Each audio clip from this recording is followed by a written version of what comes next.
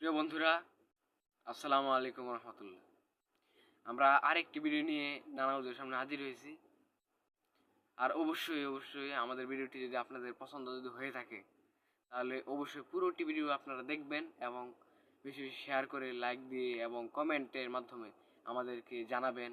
এবং কিছু ভুল ত্রুটি যদি হয়ে থাকে, তাহলে কমেন্টের মাধ্যমে আমাদেরকে জানাবেন।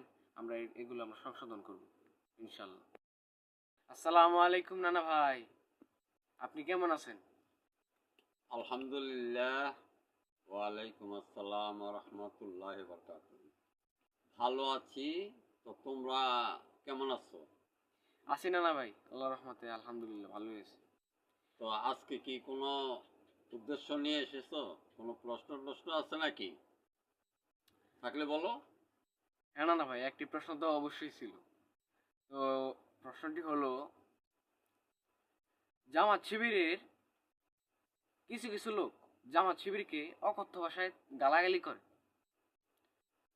তো এ বিষয়ে জামাত শিবিরের নেতৃবৃন্দরা কেন কোনো প্রতিবাদ করেন না?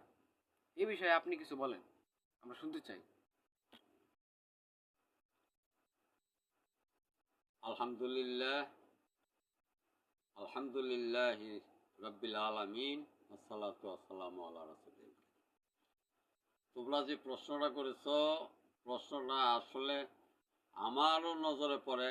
বিভিন্ন সময় ফেসবুকে দেখি কিছু কিছু আলেমের লেবাসদারি লোকও জামাত এবং শিবিরকে কিছু গালাগালি করে অশ্লীল ভাষায়। তো আমি এর জবাবে একটি কথা বলতে চাই, বেশি কথা না বাড়িয়ে একটি কথা দ্বারাই আমি এর শর্টকাট আমি একটা উত্তর দিতে চাই। এরপর আর তোমরা আমাকে এ ব্যাপারে কিছু বলবে না। আমরা যখন লেখাপড়া করেছি, তোমরাও লেখাপড়া করেছো প্রাইমারি স্কুলে, তখন আমরা একটা কবিতা পড়েছি। সেই কবিতাটা হলো